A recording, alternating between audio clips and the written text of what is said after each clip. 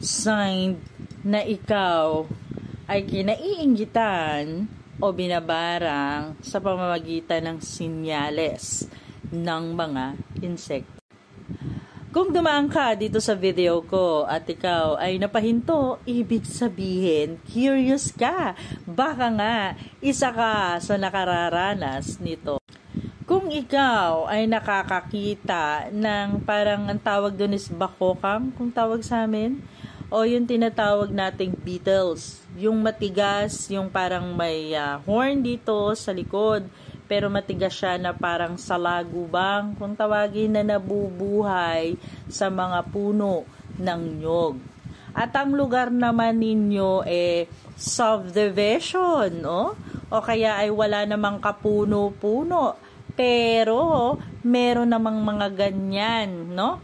Ibig sabihin, meron pong sumusubok na ikaw ay barangin. Lalo na kung itong bakokang na to ay pumupunta doon sa higaan mo. Kapag nakakakita ka ng ganito, hulihin mo, sunugin mo.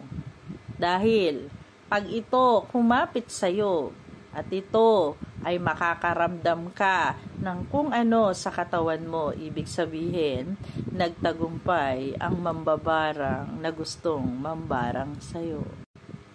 At kung sakali naman ikaw ay nakakakita ng mga ipis sa bahay mo o sa kwarto mo o sa higaan mo o kung saan ka madalas na tumambay, may mga pagkakataon na tulog ka, pagkagising mo ang dami sa tabi mo na mga ipis. Ibig sabihin, meron pong sumusubok na isang mambabarang para ikaw ay barangin sa pamamagitan ng ipis. Alam po natin, ang sinyalis na ito ay mabaho ang pang-amoy mo sa iyong sarili.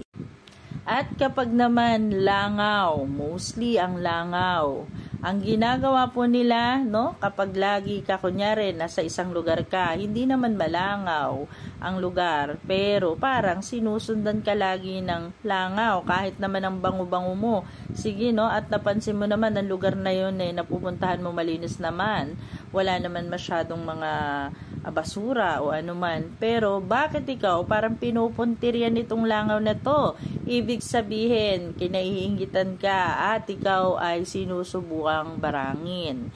Ang mostly naman sa langaw, ang ginagawa nito ay sinusugatan ang iyong katawan at ito ay mamamaga at lumalaki at dumadami at minsan ay lalabas ang mga uod niya.